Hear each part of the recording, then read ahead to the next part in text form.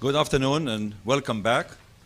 I'm sure that the afternoon panels are going to be as interesting and as useful as those we held in the morning. Henry Kissinger once said that Israel does not have foreign policy, only domestic politics. This is probably true also for many countries and maybe even the United States. In theory, the issue of domestic politics and foreign policy is known as the two-level game, which means that politicians and policymakers, when they formulate foreign policy, they have on the one hand to consider diplomacy and national interests, and on the other hand, they have also to consider at the same time public opinion and possible domestic responses to what they want to achieve. So domestic politics constrain the number and scope of choices policymakers consider, and therefore we thought that it's very important to have a whole panel about domestic politics and foreign policy. We have distinguished scholars here from different places and perspectives, and we will discuss this afternoon domestic politics and foreign policy, American foreign policy, Israeli foreign policy, maybe also Arab foreign policy. Our first speaker is Professor Shai Feldman, who is director of the Crown Center for Middle East Studies at Brandeis University. Professor Feldman, please.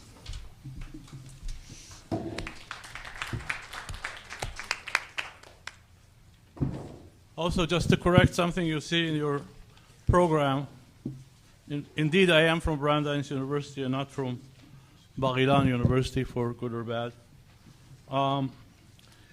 Well, actually, this is a difficult session because if you notice, any of you who were here in the first two sessions know that everything that was discussed was about domestic politics.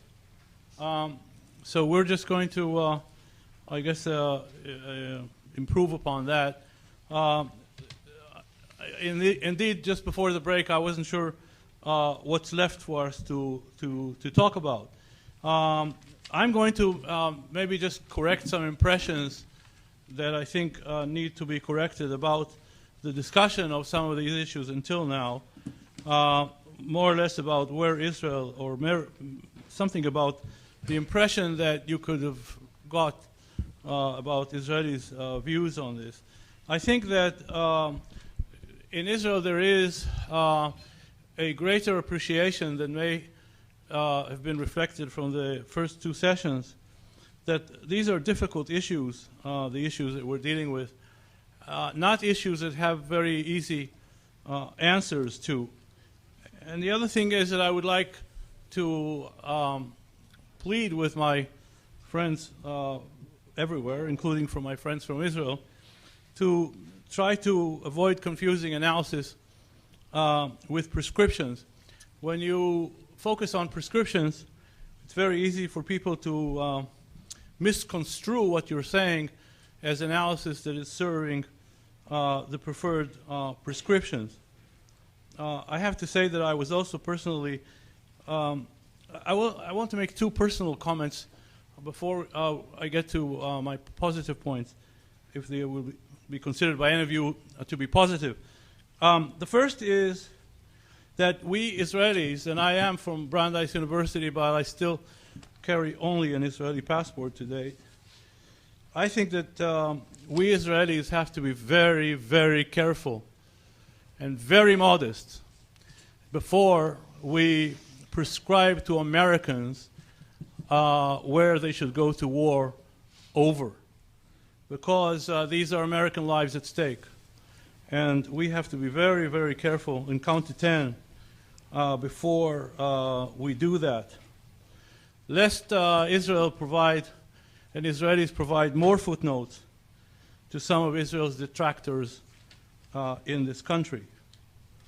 Secondly, on the substantive, I think we need to be very careful against of labeling people, such as irresponsible academics that believe in containment.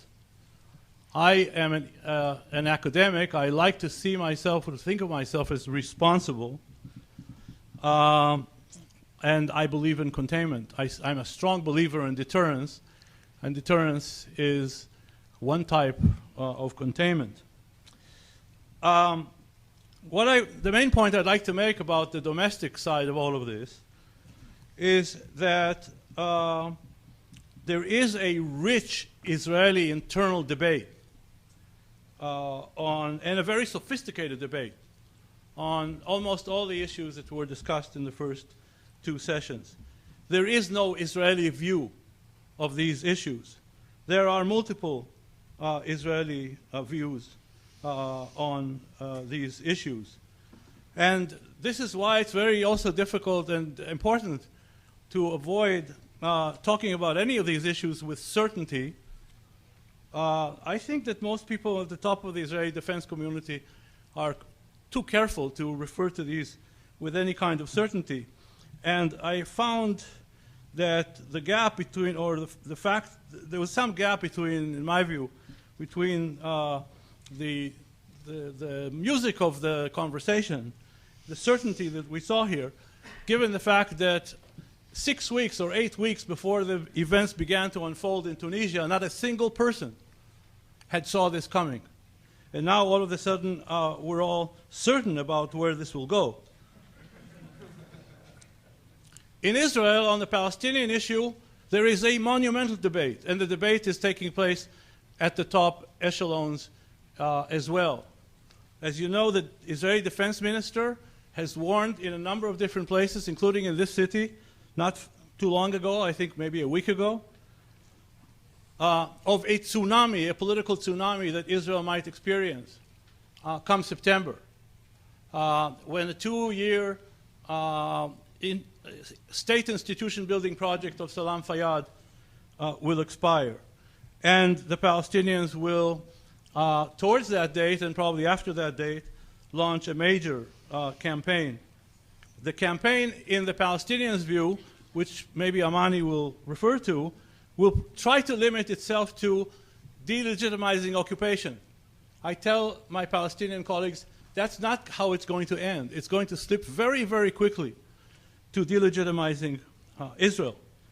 And that involves huge risks, in my view, for both sides.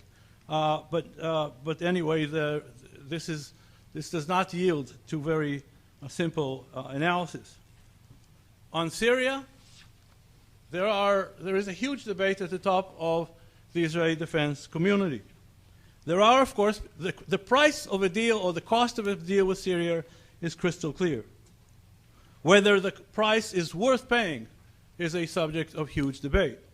And there are those, and there's a very valid point of view to take, that say we've looked at this and we decided the cost is too high. But to completely dismiss the counter-arguments that say is taking Syria out of the equation, out of the Tehran, Damascus, Hezbollah, Hamas axis, is not going to significantly change the strategic map in the Middle East, that I think is a point of view that needs to be taken seriously. On Iran, we heard one side of the internal Israeli debate. Yes, there is a view, a strong view, that says in its most extreme form, an Iranian nuclear bomb is Nazi Germany in the 30s with nuclear weapons.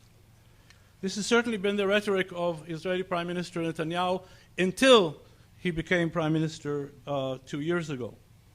He has not repeated those kinds of references more recently. There is, of course, a second camp that says Israel is a strong country, it's a regional power, and it has a response to every contingency.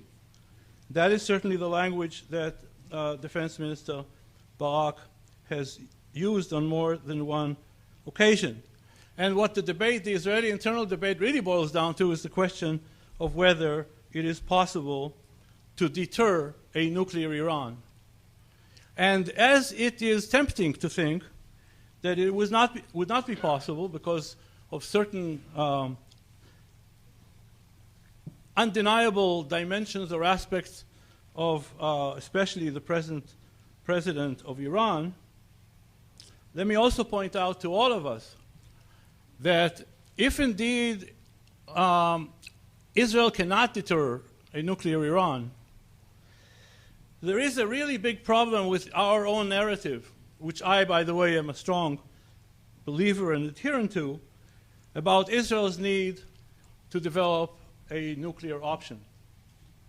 If Ben-Gurion did not believe that it would not be possible to deter a faraway adversary like Iran, then what exactly is the rationale for having invested 6 decades in a project? And as I said, I'm on this one on the side of the people that supported and continue to support the project. It certainly was not meant to deter Palestinian terrorists. You don't exactly deter Palestinian terrorists with nuclear bombs. It's also more problematic to deter proximate neighbors because of the physical properties of nuclear weapons. So if nuclear deterrence is credible against anyone, it's actually more credible against the more distant adversaries. So the problem is that you can't argue both sides of the argument at the same time. And I think that equal caution should be exercised when we deal with the dramatic changes in the region that we saw in the last few months. It is tempting, of course, and people get paid for it in the Israeli intelligence community, to look only at the risks that these changes produce for Israel. And they produce risks. There is no question about it. And threats. But do they produce only threats? Do they not also produce some opportunities? There is a new, and I say a new middle class in Egypt that even was not seen by some of our Egyptian colleagues until recently.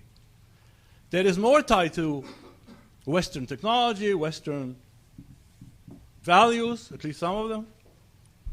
Is there no opportunity there? In Syria, there are huge risks for Israel that got accustomed to a stable system of deterrence with Syria for at least 35 years. But would a Sunni-led Syria be only risks and not opportunities? Would it not be easier with some creative diplomacy and risk-taking on Israel's side? Would it not be easier to take a Sunni-led Syria out of the axis, out of the Tehran, Damascus, Hezbollah axis? So that is not, again, to make the opposite point, which is that all the news for Israel in these changes are dandy.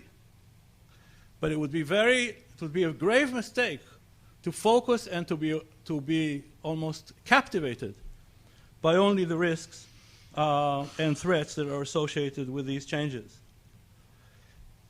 And I would just like to close by a comment on what my previous comments should tell you about the Israeli domestic scene. I think there is a good news and there's bad news. The good news is that Israel is like America. Everything is debated. Everything is debated. And just as America faces real dilemmas in Iraq and Afghanistan and Libya, let alone other issues, particularly domestic ones, all of the issues regarding which you heard some certainties about in the first 2 sessions are hotly debated in Israel, just as they would have been hotly debated in America. The bad news is that this period is a period of uncharacteristic paralysis in the top echelons of the Israeli system. We have had debates on policy since the state was established in 1948. But these debates now are at the top echelons, the pinnacle of the system. Most Israeli foreign and defense affairs strategic decisions are taken by the so-called septet.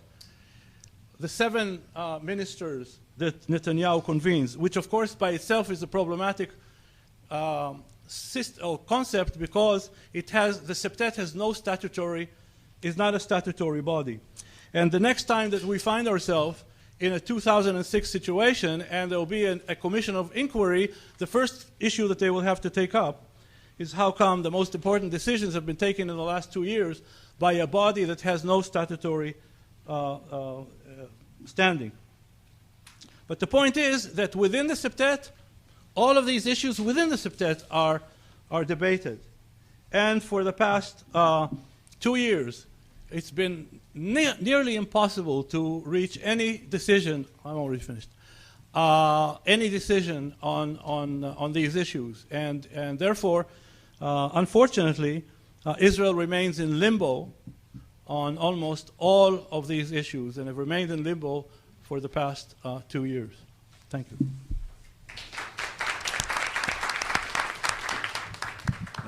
Thank you very much, Professor Feldman. Our next speaker is Amni Jamal, who is an associate professor of politics at Princeton University. Please.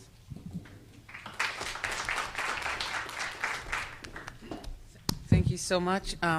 It's a real pleasure to be here today. I was asked to talk about public opinion, the Middle East, and perhaps even the American Muslim community and how that might impact ongoing debates about the Arab-Israeli conflict, regional developments, and perhaps democratization in the region more broadly. I would like to take this opportunity to highlight and maybe perhaps showcase some of the findings of my new book, which is under contract, and I'm actually spending every minute of the day where I'm not talking or teaching or working, trying to get that book back to the publishers because of the events in the region and the timeliness of the argument. So and this directly links up to the Arab-Israeli conflict as well. So the title of the book is more or less, it deals with this issue of democracy, democratization, democratic developments in the region. It really takes on a public opinion perspective of the Arab region. And it basically argues that for the longest period of time, when we've looked at regional developments, when we've looked at U.S. bilateral relations with Arab states, or we've looked at Israeli bilateral relations with Arab states, that's exactly what they've been: bilateral state-to-state negotiations or treaties or agreements where you've had states that are authoritarian that don't represent the desires or interests or viewpoints of their citizens. So hence, we've basically had policymakers at the state level engaging and claiming to be representing their citizens while not necessarily engaging their own citizens. I mean, the channels of, as you all know, the channels of accountability, of deliberation, of democratic kind of participation have not been free and fair. Citizens have not been able to hold their leaders accountable, have not been able to participate in any meaningful way in political life in the Arab region. I'm generalizing, but more or less this is the takeaway point. So immediately, of course, when you have events like Egypt and Tunisia unfold, the big question that emerges is, well, where is the Arab pulse? Where is Arab public opinion? What will this mean for the ongoing peace treaty with Israel, for example, between Egypt and Israel? What does this mean for the Arab-Israeli conflict? What does this mean for the future of democratization in the region?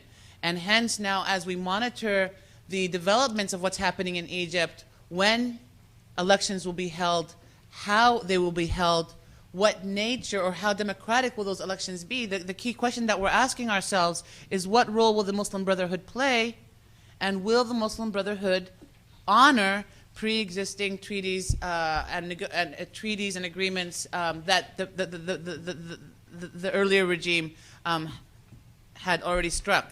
And these are important debates because I argue in the book, not only are they important for regional development and regional stability, and Shai alluded to this, but they're also important for internal negotiations about democracy, right? So now it's not fair to assume that the Egyptian population in its entirety is anti-Israel or anti-American or doesn't stand to benefit from stronger ties with the United States.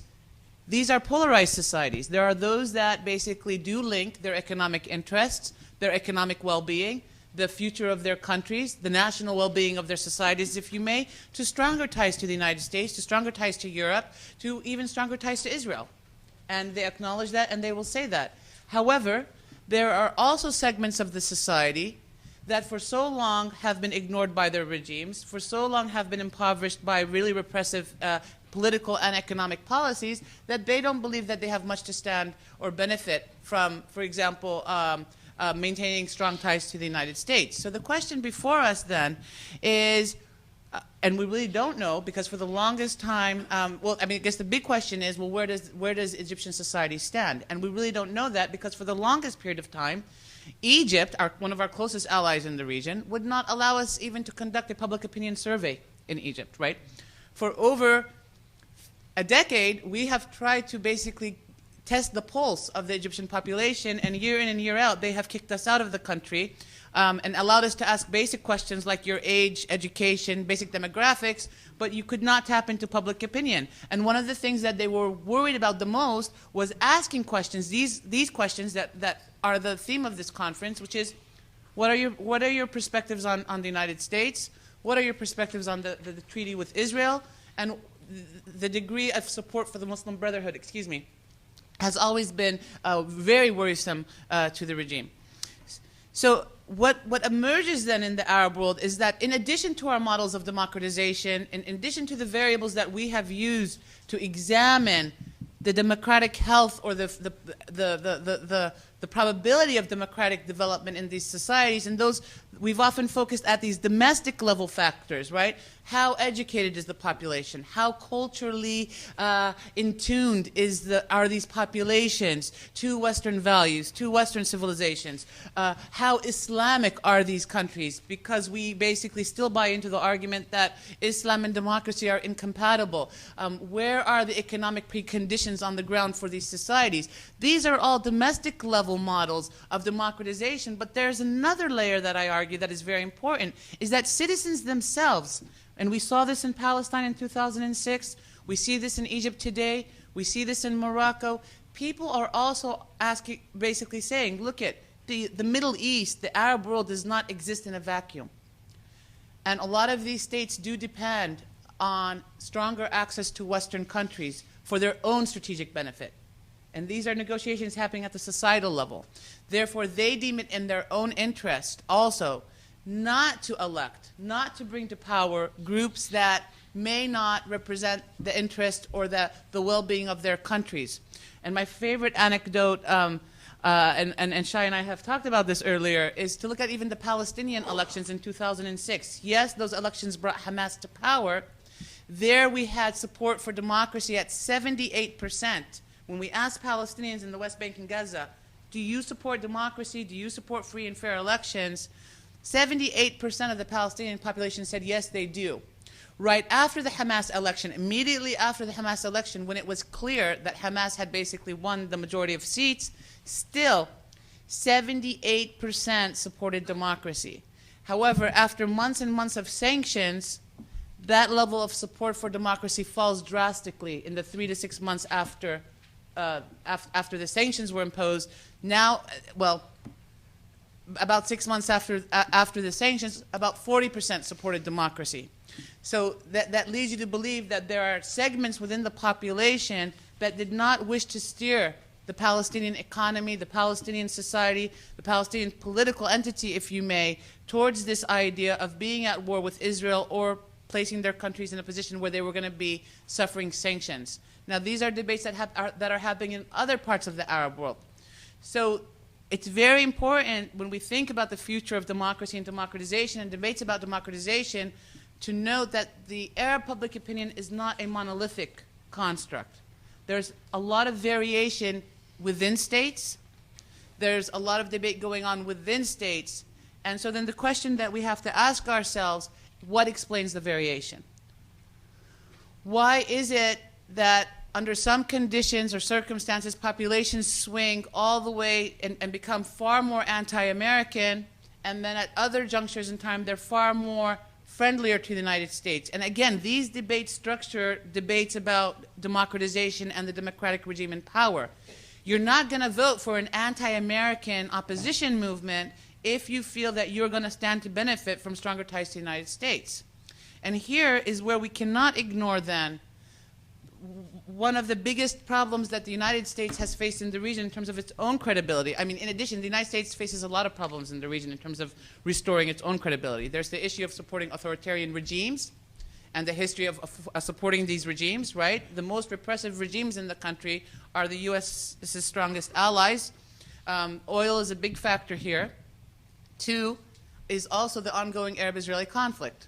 When the U.S. is seen as not being able to deliver on that conflict, or for example, when Obama comes into office and basically makes settlements his platform, and then has not been able to move the settlement issue further, he loses credibility in the region, and this also leads to increases in anti-Americanism.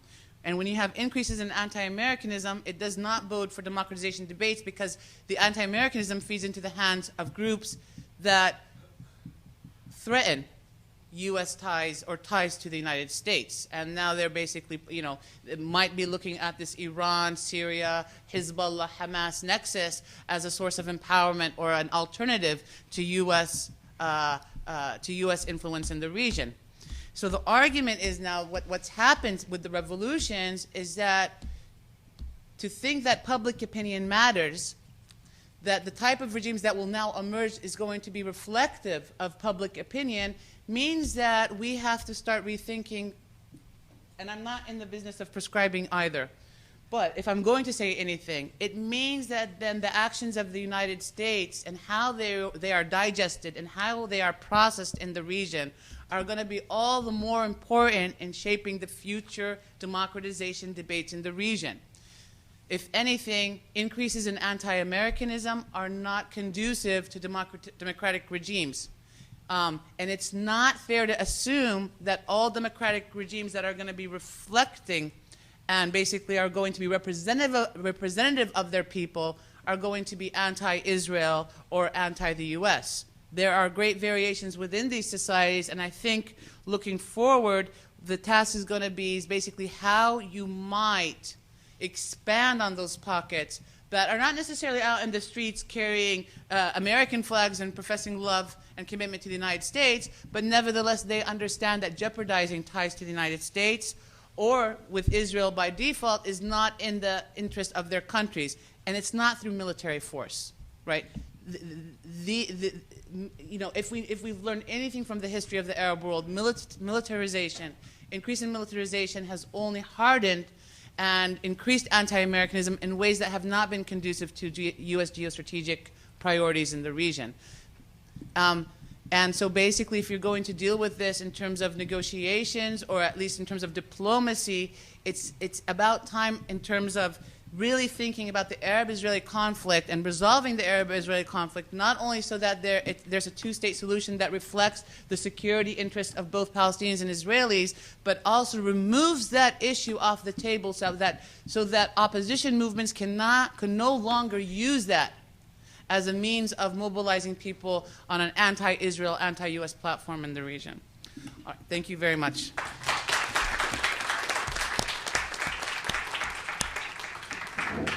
Thank you very much, Professor Amal. The third speaker is Shmuel Sander. He is a professor of political science at Bar-Ilan University, a former immediate dean of social sciences, and a senior research associate at the Bessa Center. Sander?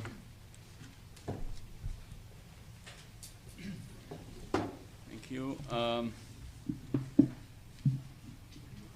What I learned is that in 12 minutes you can basically make maybe half of an argument, so I'll try to concentrate on one argument only. It has now become the received wisdom to argue that in the Middle East, especially in Israel, foreign policy is captured, is the prisoner of domestic factors, domestic politics, and as Eitan said, the Kissinger famous phrase, Israel does not have a foreign policy, has only domestic. It is now in Israel or also abroad very fashionable to blame the impasse in the peace process on domestic factors, on Lieberman, on Shas, and Netanyahu is the prisoner of his partners in the coalition. I would like to argue the opposite, even though I'm going against my academic career. My whole academic career since my dissertation was on Vietnam and Korea, on the domestic factors. I have always concentrated on domestic politics and foreign policy. However, I'm going to argue that when it comes to major decisions, to crucial decisions, Israeli prime ministers always knew how to stand up and make those decisions. The question is whether they'll have such a proposal, such a situation in front of them soon.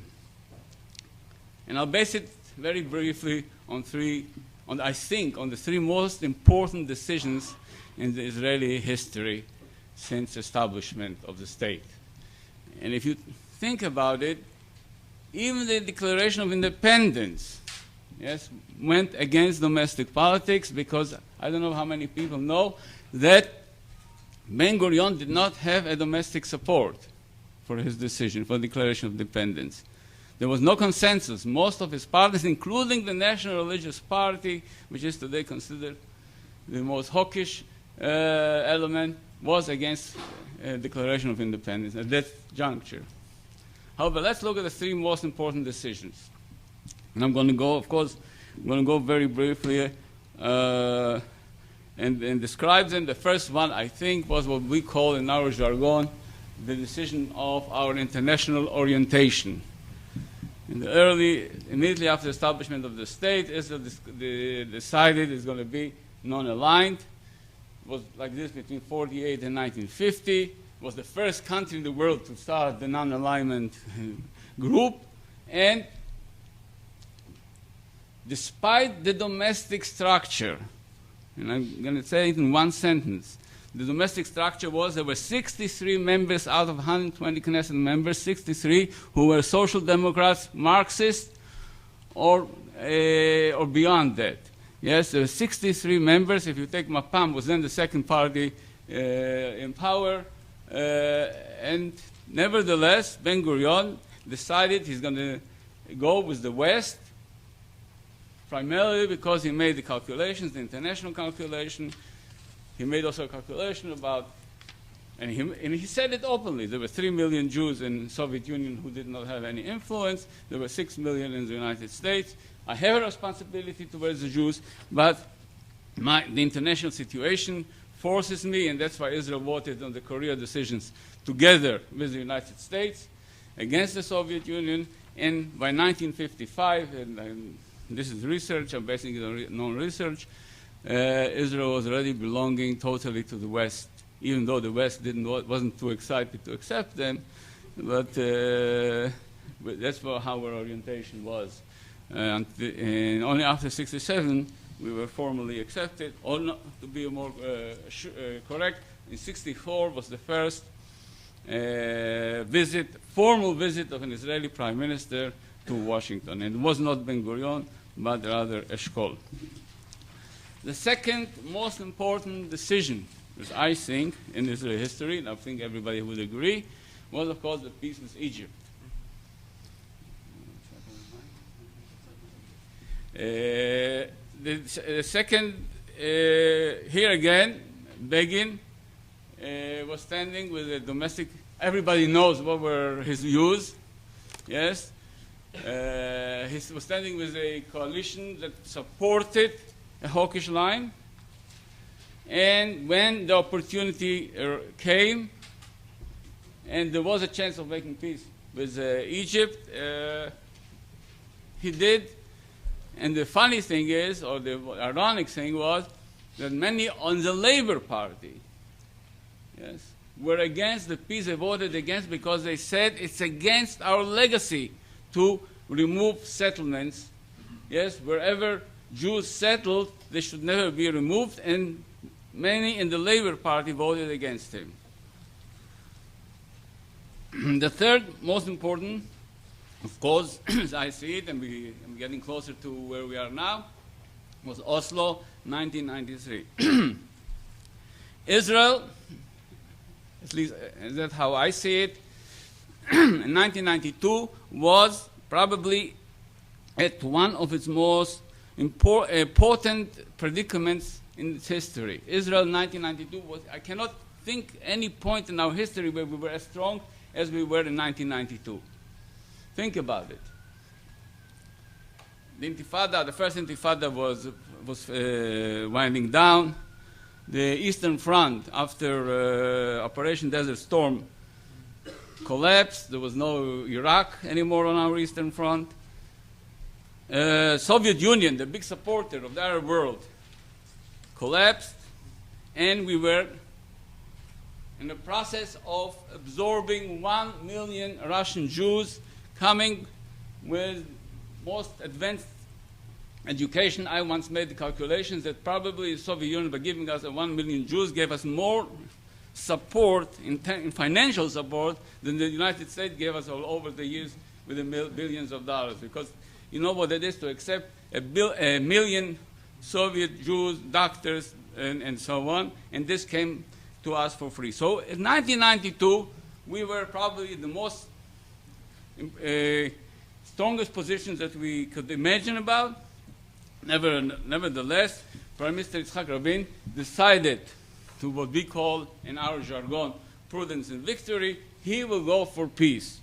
And he took the gamble, which I know my friend Shai today attacked many of the Bar Ilan people, but I can assure you that in 1993, Ephraim Bar and I and many of us, we were all for the Oslo gamble. And he took it. He didn't have to take it because domestically he had labor was very strong. Mr. Rabin was voted as Mr. Security. That's what the reason why he was voted in. He nevertheless took it, and I can say that so far not much came out of that. If you go to the extreme, I can say that Mr. Ehud Barak, the test was in Camp David 2000, where Barak gave an offer to Mr. Arafat that I think went against any domestic support. I don't think anybody, and you would agree to it, that there wouldn't be much support for that, what Barak offered, including the division of the old city, yes, of the old city of Jerusalem, and we know where this ended. So if I conclude, I would say that if I look just at these three decisions, which I think are most important, if I'm waiting now for a fourth situation, I'm sure, given these three predicaments, should a serious proposal come from the Arab side, I think any prime minister, okay, would do everything against public opinion, against domestic politics, and accept it. Otherwise, he will not be able to stay. Because I think that if I can say anything about Israeli public opinion, if there will be a serious peace proposal, no prime minister will be able to ignore it. But I'm afraid, and this is in conclusion, I'm afraid that I don't see something like this in the offering. Let me just say that another thing, and that has to do also with American foreign policy. I just am reading now Aaron David Miller's book about, very good title, The Much Too Promised Land. And he himself, after a whole chapter where he dedicates about 60, 70 pages, where he dedicates to domestic politics in the United States, yes, he writes, my friend and colleague Dennis Rose, with whom I work closely, wrote an 800-page account of U.S. policy and the peace process without discussing APEC or domestic political pressures. And then he goes on, and he writes, I can't remember a single decision of consequence American peace process advisors made, or one we didn't, that was directly tied to some lobbyist call, letter, or pressure tactics. So in conclusion, I would say that despite the fact that we, as political scientists, and we are doing the right thing. We analyze domestic politics. Domestic politics is important. However, if it comes to major decisions, strategic decisions, historic decisions, here I would say Israeli prime ministers always took the chance and gambled. Twice we did the right way. I think till today I'm happy we did. Ben-Gurion decided to go with the West and not with the Soviet Union. I'm happy that we did the agreement with Egypt. With the Palestinians about Oslo, I still have my doubts. Thank you.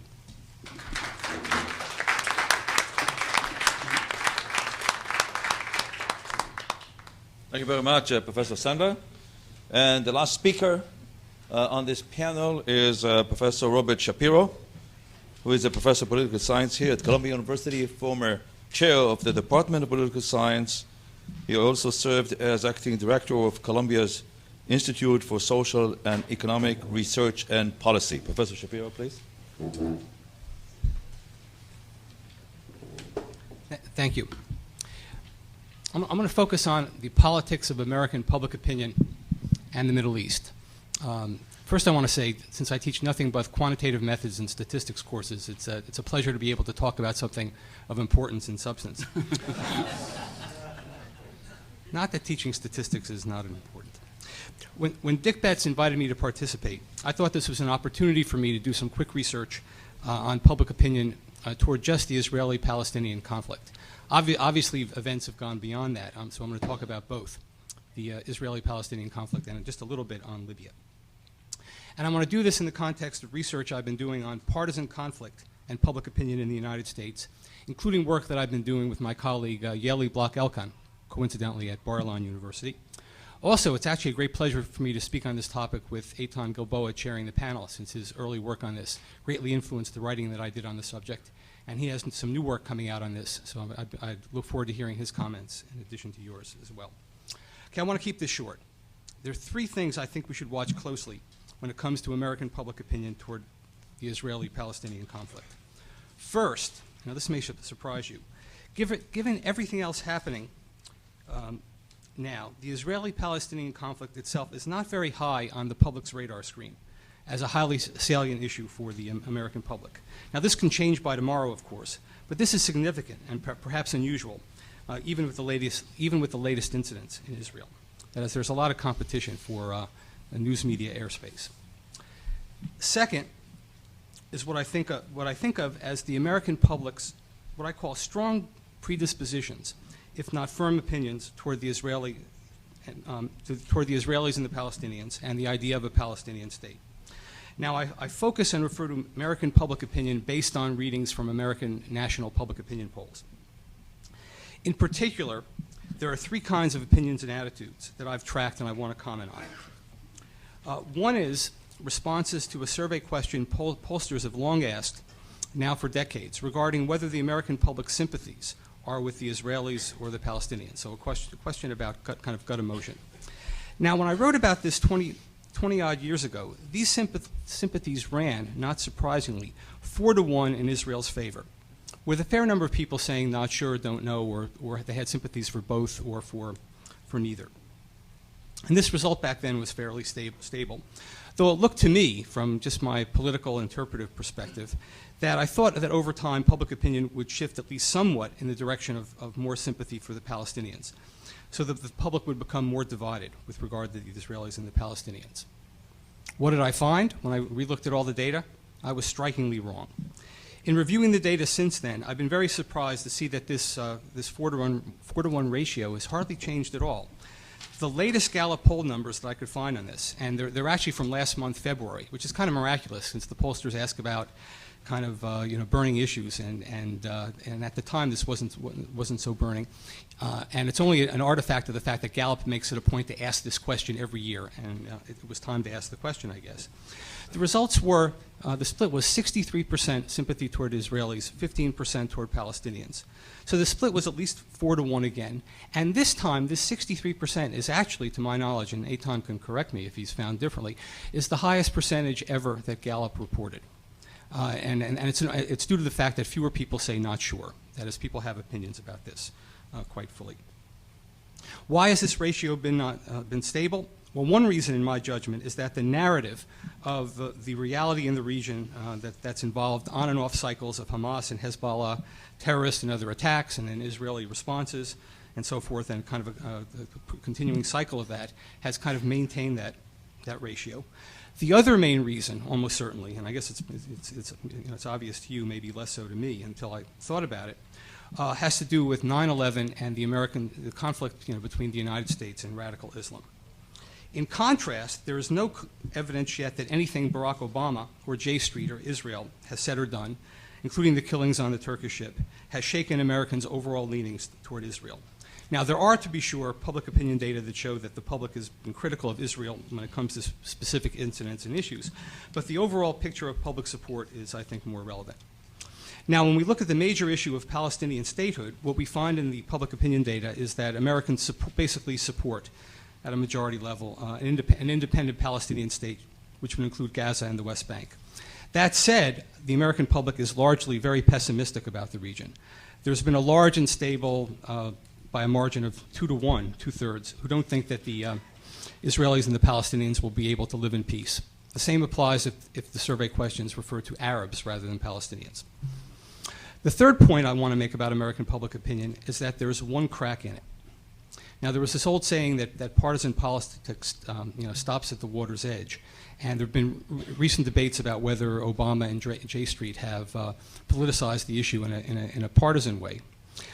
The crack is the possibility that partisan conflict, now by partisan conflict I mean differences between Republicans and Democrats at the elite level, at the political leadership level, and public and partisanship at the mass level, may have changed in striking ways. Now, what's happened historically in the United States, and there's a long literature and a long story about this, but it may come as a surprise to some of you, or maybe no surprise to others of you or most of you, that since the 1970s, American politics has become much more partisan and much more what I would call ideologically partisan. That is, political leaders now, Republican leaders are more consistently conservative on a wide range of issues. Democrats are more consistently liberal. The Republican Party is a more consistently ideologically coherent conservative parties. The Democrats as well may be a little bit less coherent. But I mean by ideological partisanship, I mean to be a Republican now means to be conservative on economic welfare issues, racial issues, social cultural values issues. To be a Democrat means being liberal on those kinds of issues. Clear differences on regulation, the environment, and so forth. More recently, emerging partisan differences with regard to immigration. George Bush's positive views toward immigration and John McCain's, I think, will become an historical aberration shortly. The one big change that's occurred is that this kind of ideological partisanship has begun to occur on foreign policy issues in a very clear way. And the best evidence for this is comparing public opinion, well, comparing the positions of party leaders and then also public opinion data. That is, these partisan differences have now penetrated to the level of mass public opinion. People who self-identify as Democrats and Republicans are basically more liberal and conservative, respectively, on a wide range of issues. And now this applies to foreign policy issues, whereas where the Republican position is a position toward basically unilateral, more likely militarism rather than not, where the Democrats take on more multilateral positions. Now that's penetrated, and that also, we find that at the elite level, was most clear during the Bush administration. And we now find that this has penetrated to the level of mass public, most strikingly when we compare public opinion data before 9/11 and after 9/11. That is, this has been tracked over time, and this is some of the work that I've been doing. So the big question for me is that has this penetrated to basically American politics with respect to American politics toward the Israelis and the Palestinians? Now, and especially now, I mean, the common wisdom seems to be now that if partisan differences occur, it's because of Barack Obama and J Street and maybe things the Israelis have done or not done. Well, in a 1997 Pew Research Center poll, and this is the only data that I could find relevant for the comparison, with regard to sympathies toward the Palestinians and Israelis, 55, the partisan differences was really very small. It was only about a 7-point difference. Now, just to give you a perspective, partisan differences in attitudes toward the support for the president, the popularity ratings of George W. Bush and Barack Obama. The partisan differences there were 70 percentage points. That is, these are really at an all-time high. This 7 percentage point difference in 1997 was small potatoes. Fast forward to the first poll that I could find after September 11th, October 2001. That difference basically widened to 16 percentage points. And the latest poll I could find partisan splits on was April 2010, where a Pew Center poll found a 20 percentage point difference. So this partisan split has occurred. This partisan split has occurred not because of anything the basically present Democratic leadership has done, but what's basically evolved over the past. This partisan split is perhaps more noticeable on the Palestinian state issue. And there's a 20 percentage point difference as well based on a May 2009 Gallup poll, where among Democrats 56% supported a Palestinian state, whereas among Republicans only 39% supported it, with 43% opposing. That actually surprised me quite a bit. So there's a potential for further partisan conflict here. But these partisan differences are much smaller, as I said, than partisan differences toward other issues and toward the president, toward the American president. The big question, of course, is can the Israeli-Palestinian conflict become a more divisive partisan issue? I think public opinion is likely to be a constraint on political leaders in this regard, unless events in Israel and Gaza and the West Bank change the dynamics of the conflict, and the narrative about it changes in a major way. Now, we can only speculate about this. It would also require, of course, that Democratic and Republican leaders split coherently on this, which does not seem to be likely at the moment, which takes us to the Arab Spring. What is most striking about American public opinion toward U.S. action in Libya is not just that there is clear support for it, especially very strong support when it's framed in terms of protecting civilians from Gaddafi's forces. In that case, 70% of the American public supports the current air attacks in the no-flight zone. Further, and this is the most stunning thing, there is zero partisan difference. That is 70% Republicans, 70% of Democrats basically take that position. Why is that the case? Well, it's clearly the case because within the Republican Party, in conservative circles and within liberal circles and Democratic circles, the leadership is split. That is, the Republicans who come out on both sides of the issue, they're Democrats that come out on both sides of the issue. And in this case, either the public is taking cues from their favorite partisan leaders, or they're saying, you know, to heck with them, let me just look at what's going on. And what's going on is basically the image and narrative that they get from the media, which at this point seems to be mostly all gung-ho in support of the air attacks.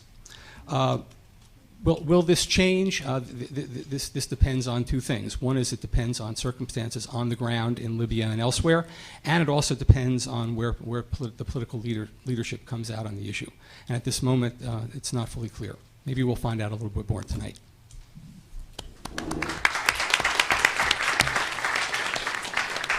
Thank you very much, Professor Shapiro. I've just completed the study of American attitudes toward Israel and the Arab-Israeli conflict from 2000 to 2010. My findings and interpretations are very similar to what you have heard. We will now open the forum for questions and answers. Just please mention your name and the person you would like to answer your question. Please. Yes, Ronald Hellman, and it's to the panel in general. I think the question about belief systems and ideology and attitudes are very important. But I did want to, however, ask, given the moment that we're in now, the spring revolutions, to think institutionally a little bit regarding the executive branch and its relations with the legislative branch as political engineering has to go forward. So. You have a parliamentary system in Israel. You have a presidential system in the United States. You have, in developing countries, you have a lot of, some are presidential, some are parliamentary. So how, as political scientists, do you see this question about, in searching for sustainable democracies in the Arab world, this question about presidentialism versus a parliamentary system? And can the Israeli experience be instructive to their neighbors regarding presidential and parliamentary. The second question is a little less relevant to Israel and having to do with federated systems versus unitary systems, because decisions are going to have to be made regarding whether or not we're going to have a decentralized versus highly centralized or unitary states. The Iraqis obviously are been part of this process already. They're ahead of this. They may be instructive for the do's and don'ts. So my question has to do with really institutionalization of democracy. Another question?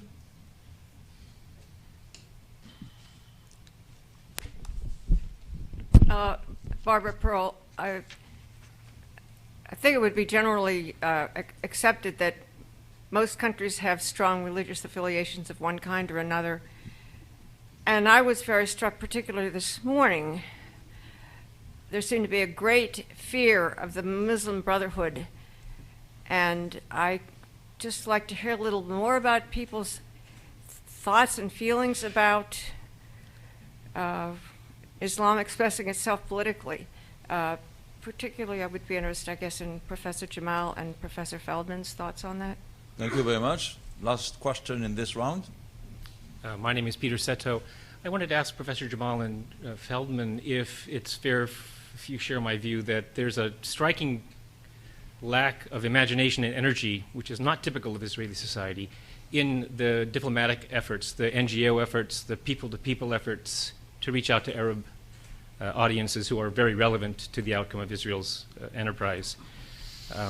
It was only when I was in the Peace Corps in Chad in 1980 that I discovered there had been an Israeli agricultural mission to Chad as an extension of some of the skills that they developed in agriculture. It ended. I don't know what happened to it. That kind of effort, it strikes me, took for granted, or the lack of that kind of effort is taken for granted the Arab public opinion, which is so important to the future of the enterprise. Thank you. Thank you. I'm not sure, on the first question, I'm not sure what lessons Israel has to offer between parliamentary and presidential systems. I mean, after all, again, this is one of those issues that Israelis constantly debate, and they're not terribly happy with the system they have. They constantly are searching for, and sometimes are even playing around with the possibility or testing other systems, like the 2 elections we held in the late 90s where we changed the system and had the direct elections of a prime minister. And that was such a spectacular success that after 2 elections we went back to the previous system. And if Arabs want to experience complete proportional elections, welcome. I'm not sure what the outcome of that would be. On the issue of political Islam, and the question is, of course, which political Islam and where, there is a huge debate, and I think that that doesn't come to you as a surprise. That debate is also taking place, although to some extent lesser maybe in Israel than in other quarters, as to whether, for example, and the evidence is, there's a mixed evidence. For example, regarding the argument that some people are making, I know that they were referred to in somewhat derogatory terms in the first or second panel, that are arguing that the Muslim brothers in Egypt are becoming moderate or pragmatic. I'm not at all sure that they are becoming moderate or pragmatic, but one cannot ignore the evidence that they've conducted themselves, at least in these months, remarkably pragmatic.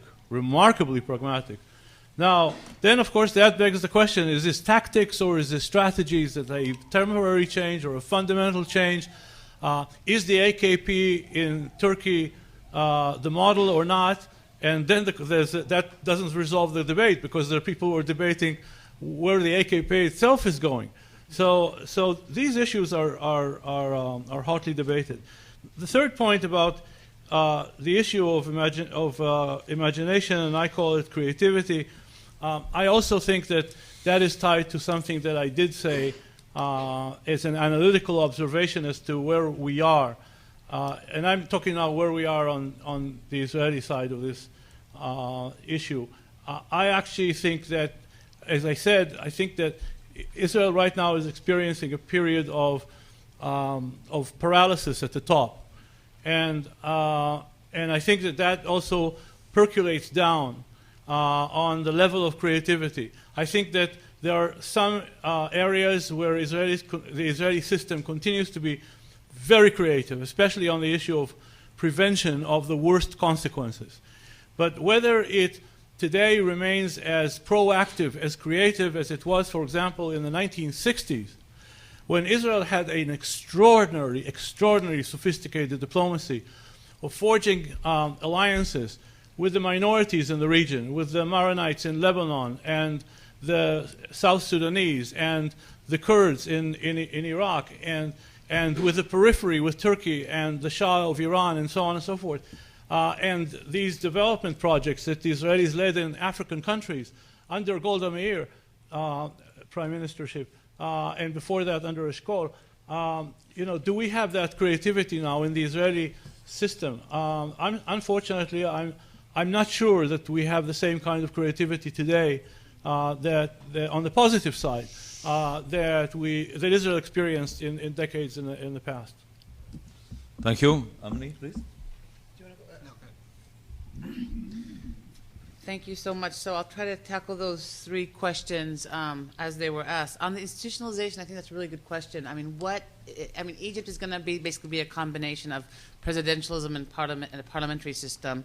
I think in many ways, actually, in terms of diffusion or creativity and whatnot, the Israeli proportionate model is one that everybody, at least at the citizen level, would like to emulate because it's seen as the most widely democratic, although probably does create some of its own headaches, but people do see that as a very open type of society where all different flavors are represented, and you see these debates in the Arab world as well.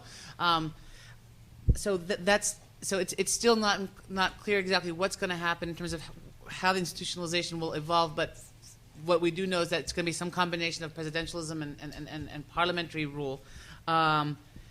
The issue of the Muslim Brotherhood, I think, is also an interesting one. And I think there's two issues going on here. In addition to what Shai just said about the pragmatics or the tactics of the Muslim Brotherhood, I think we need to be very careful here. On the one hand, we hypothesize a lot about what will a future Middle East look like with now Islamists influencing policy. The truth of the matter is we've never really had, though, a Middle East where Islamists have been welcome to participate in the political process without being saboteurs or the opposition movement that is blocked from participation. So a lot of our hypothesis, our caution, our alarmist tendencies basically are that. In 1991, the feast were about to access power, and they were denied that opportunity. Hamas has not had the opportunity, and I'm not supporting or saying, I'm not supporting the movements, but they've been blocked from basically being held accountable as a political authority of the Palestinian people and to represent and deal in negotiations and dialogue with external actors. Now the question is the Brotherhood, and so the question, and if we tend to basically shun the Brotherhood from the political process, we need to ask ourselves the alternative question: what is the alternative? You're going to push them back underground, and we already know that the factors that have radicalized these movements or pushed them to the radicalization tendency are the same factors that are going to block them from power. So this is the dilemma, right? And so there's this assumption or this operating hypothesis that if we ignore the Islamist problem or issue or whatever, it's going to go away. It hasn't. It's a bigger problem today than it was 10 years ago. And if you continue to apply policies that are going to deny them representation, you're feeding into the problem. I mean, so this is the big dilemma, or the 800-pound gorilla in the room.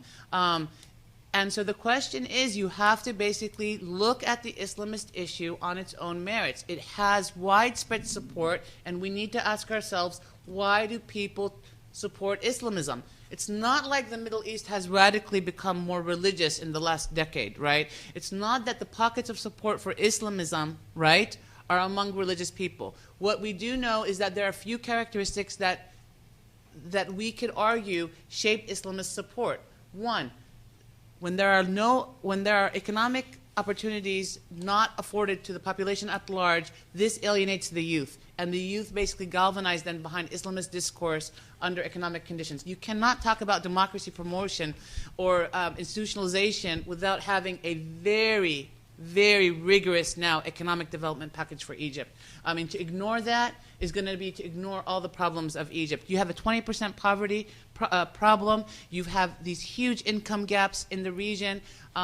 In that country, it's a disparity. It's almost like just basically almost shameless to see it on the ground. That feeds into Islamic radicalism. Second of all, the Muslim Brotherhood is not a monolithic movement. The Muslim Brotherhood is basically as diverse as the Middle East population is in itself. You have an old guard that happens to be more conservative, right-wing, but you have a new guard, a younger generation of Islamists who call themselves the liberal branch of the Brotherhood. They want to be engaged with the United States. They want to be engaged with not directly with the Israelis and all of that. I don't want to paint this rosy picture, but they say they're willing to accept the peace treaty, that this is not their issue. Their issue is creating jobs, creating a better Egypt. Now, if you deny the movement in its entirety access to political party, you're going to be pushing this liberal tide into the right-wing camp. So these are big questions going on. It doesn't help when Hillary Clinton just visited the region and the liberal tide in the Islamic Brotherhood wanted to meet with Hillary Clinton, and Hillary Clinton refused to meet with them. This does not help the policies. This does not soften the image. It does not win over people in that effort. And I also want to talk, there's this overarching theme in the questions, if you may, and I'm not, if I can just basically caution against those. This idea that whether the type of institutions that emerge, what role will the Muslim Brotherhood play, that this next phase, post-Spring Revolutions, can be micromanaged or orchestrated, right?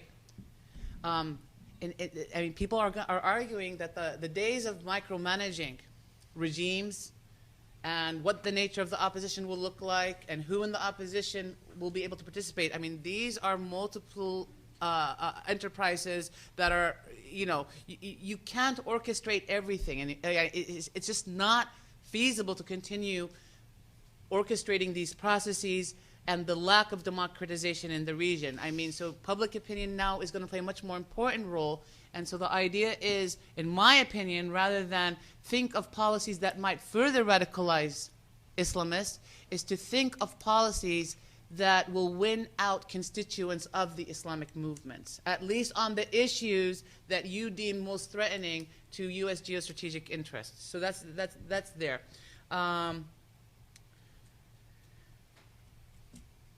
Is there a question that I missed? Okay, well, I'll leave it at that. Sorry. Thank you. Professor Sandler? Yes. I mean, I agree with Shai that about the mixture of presidential and parliamentary systems. We saw it in Israel. It didn't work. And I would prefer a parliamentary system because only the Anglo-Saxon, what we call Westminster models, it works when you have this mixture like here, a president and a Congress. In Europe, we know it's more parliamentary system. France has its own character. But going to the Middle East, I hope the Professor Jamal is right. I pray with her, let's say, even though we pray to the same God, maybe in different in different modes. I pray with her that she should be right, but I'm afraid, again, maybe I'm still conservative in this sense, but when I look at Egypt, I still hope that among all of the different factions there, even in the Islamic Brotherhood, the Egypt firsters will win. Because I still believe that if Egypt will do what is good for Egypt, that is the best thing for the Middle East. We know that the pan-Arabic movement that Nasser tried to develop was the most destructive for the Arabs, for us, for everybody. And I think if Muslims in Egypt will think what's good for Egypt, and like and others will, in other countries will also think what's good for their own, and not start to develop some pan-Arab or pan-Muslim, pan-Islam movement, That would be the most dangerous, because this will bring out also opposition, and there we have the Shiite, Sunnite division, and all of this will not promise many hopes. And when we talk about the, how do you call it, the Arab Spring, let's just hope it's not going to turn into an Arab Khamsin, which is Khamsin are the hot days in the Middle East, the 50 hot days, and which are very not pleasant. And I really mean it. I mean it from heart. That of course, that if there would be we know that ultimately democracies are good. Democracies are like more peace, but the question is whether, as Hillel pointed out in the morning, whether young democracies have these tendencies. So on the way to democracy, it's very dangerous. Let me just say one thing about the NGO issue that was just brought up here. Look, again, well, let's put it this way. I was always a liberal, but now maybe I'm becoming more conservative, because I really see, for instance, how can somebody today believe in NGOs when in South Africa they come out and the only thing the NGOs are busy with is Israeli human rights? When you have all over the world, you have such regimes that destroy their citizens, and Durban, all these NGOs come together, and the only country that bothers them is Israel. So all these attempts, and I have these debates with my colleagues, to develop all these democratic, liberal engagements that we have, and we tried. And here I'm asking my friend Shai Feldman, look, what came out of all these big diplomatic initiatives that we had with the Kurds and with the Maronites and with the even there were some attempts with the Copts, I think. I don't think there was such a great democratic success to all these attempts. So I would prefer the old realist model of everybody taking care of what is good for him and what's good for his country, and that, I think, how we're going to get to some more stabler Middle East. Professor Shapiro? Yeah. On institutions, one argument in favor of a parliamentary system with endogenous elections, that is, elections that can be called quickly, is that it could prevent a strong president from trying to take over and change the election rules and so forth. Thank you. Next questions, please. Yes. I would like to say to, or ask of Shai a question, which is, he spoke about paralysis in Israel. And might it not be better to call it creative stasis? That Netanyahu is taking small steps, not well publicized, taking down checkpoints.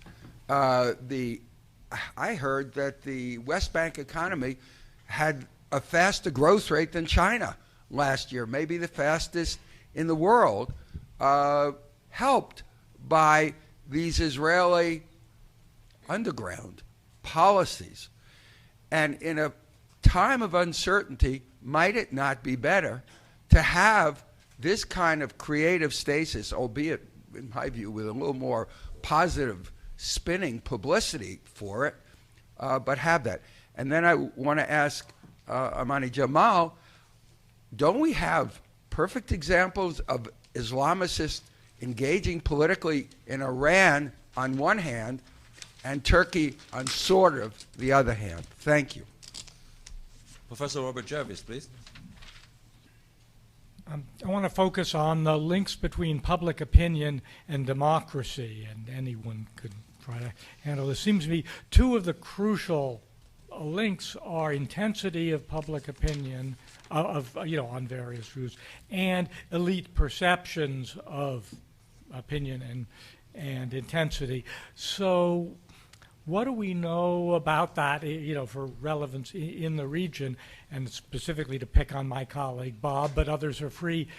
Given our normal, and Amani also, given our normal poll data, how do we get a hold of intensity of preferences?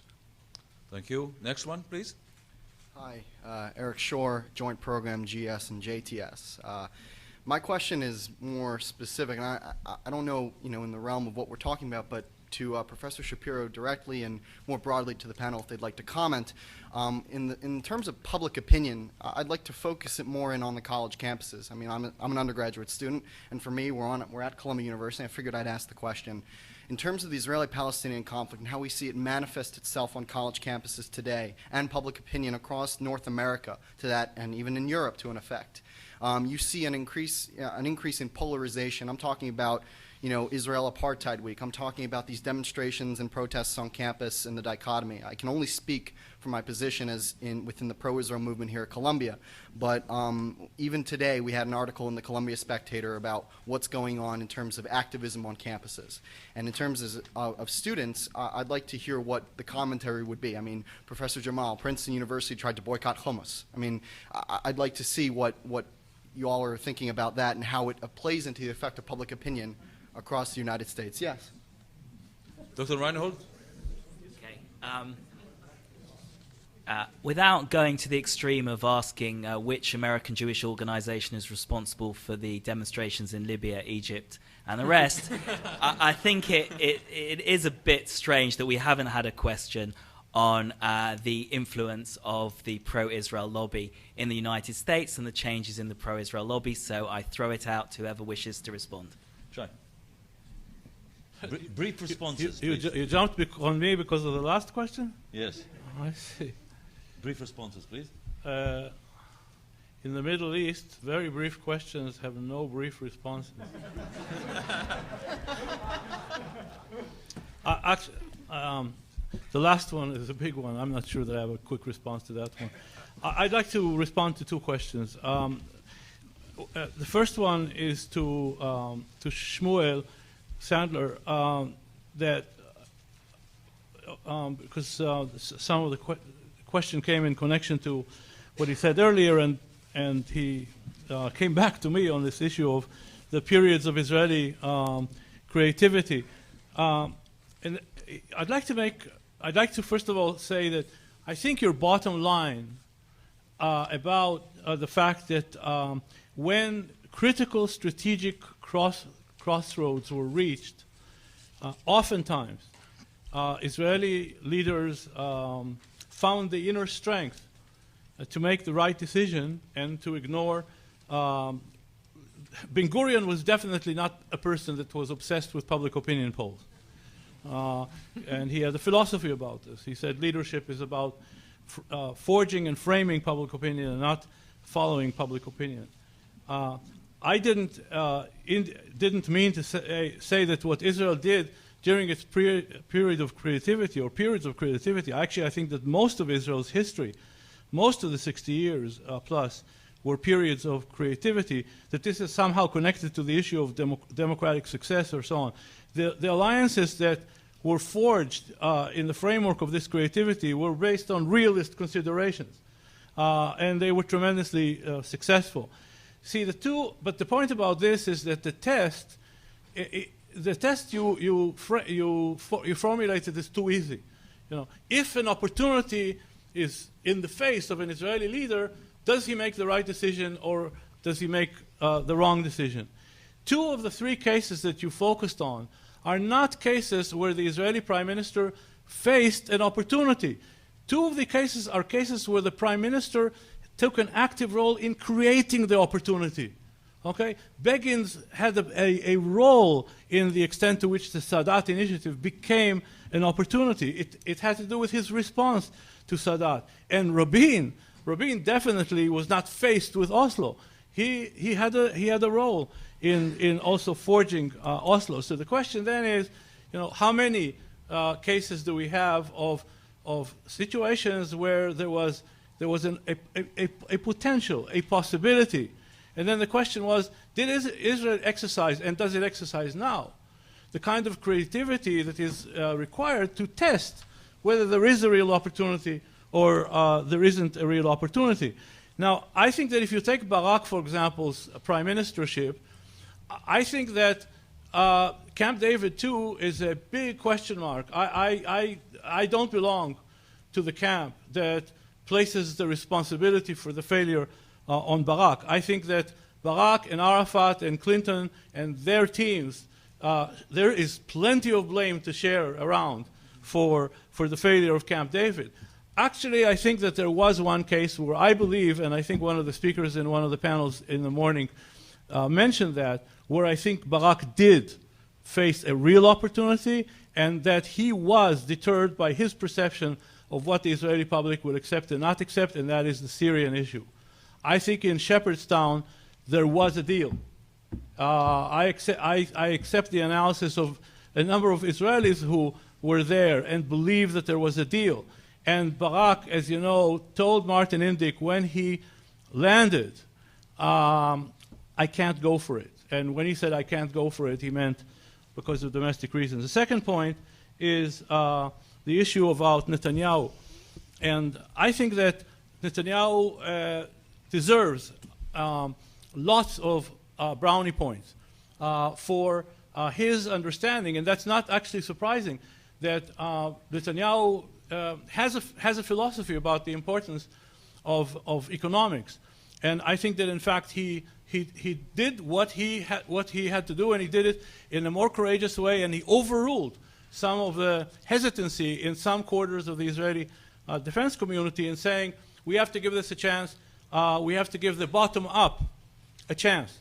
And by reducing checkpoints and roadblocks and so on, because you can't have economic development in the territories without addressing the issue of movement and access and so on and so forth. But, and here's the big but, the whole bottom-up project, whether it's the economic development, whether it's the institution building side of it, which is led by Salam Fayyad, whether it's the security side of it, which was led mostly by the Americans, General Dayton, and some of the Europeans, and so on and so forth, they are all together, they make for the very positive changes in the West Bank. None of this is sustainable in the long run if the bottom-up is not met by a breakthrough at the top down, because the bottom-up remains vulnerable to the Hamas narrative that says this is only makes occupation more palatable. The only way to battle this narrative ultimately, in the end, is a breakthrough at the top down. Without that, this whole wonderful development of the last 2.5 years is a house of cards. Okay, Jamal, Yeah. please.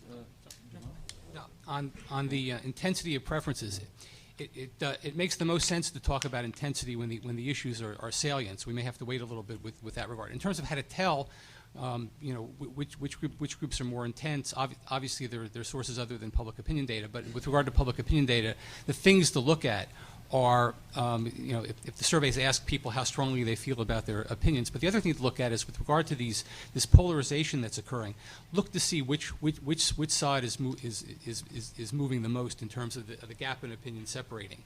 And if you look, and the data that I've talked about, the movement seems to be coming from kind of conservative Republicans. And if I had to point my finger to any group with more intense opinions on the right, it would be the kind of Christian right more so than the Tea Party. And those kinds of things come into play big time in the context of kind of intra-party competition. Watch how the issue plays out in the upcoming primary elections for 2012. Thank you. Jamal, please. Thank you. I'm going to try to be brief. On the Netanyahu West Bank economic development, I'm just going to echo what Shai just said. People on the ground and on the Palestinian side believe that things are getting better. Economically, there are more opportunities and whatnot. But again, where's this going? It's not clear where the end game is on this. And so this is creating vulnerability, and it might swing the other way. So it's not just suffice to get comfortable because things are looking a bit rosier right now. I mean, also on the Palestinian side of things, there is an understanding that this fresh air of economic development, reduced checkpoints, is also coming with a much more, I don't want to say much more, but at least a heavier hand of the Palestinian National Authority in terms of how it's running day-to-day things. Quickly on the Islamism, Iran versus AKP, that your point is right on target. I can't find the person who asked the question, but the idea is that's precisely the point. There is great variation within these movements. And there's people will monopolize Islam for radicalization, but also to be a mainstream movement. And we need to think of it that way. We need to start asking ourselves the empirical question, under what conditions are Islamists able to maintain this moderate, middle-of-the-way type of political organization? On the issue of college campuses, that's an important question. I just want to say, as somebody who's seen this for several years of my career, that I've always, first of all, the polarization on U.S. campuses is even worse than polarization we see in Israel-Palestine. B,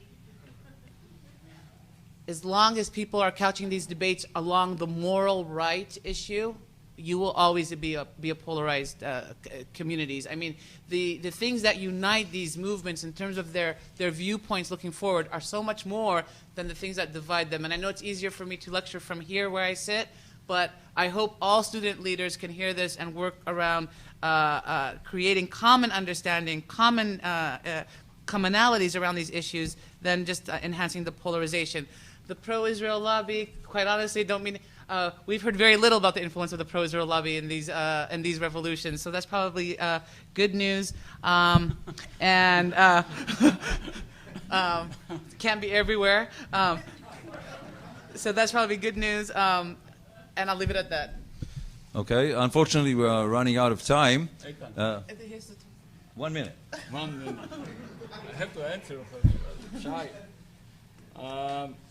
Let me say, Shai, one thing. How much more creative can you be than Barak wanted to divide? They were thinking even dividing the mountain, instead of they didn't know how to divide it. They were, what? The Temple Mount, they were even dividing it slices. One should belong to one religion, one should belong to the other religion. They were going as far as dividing the whole, I don't know how many people know it, but the whole old city is about, in terms, it's 1 square kilometer.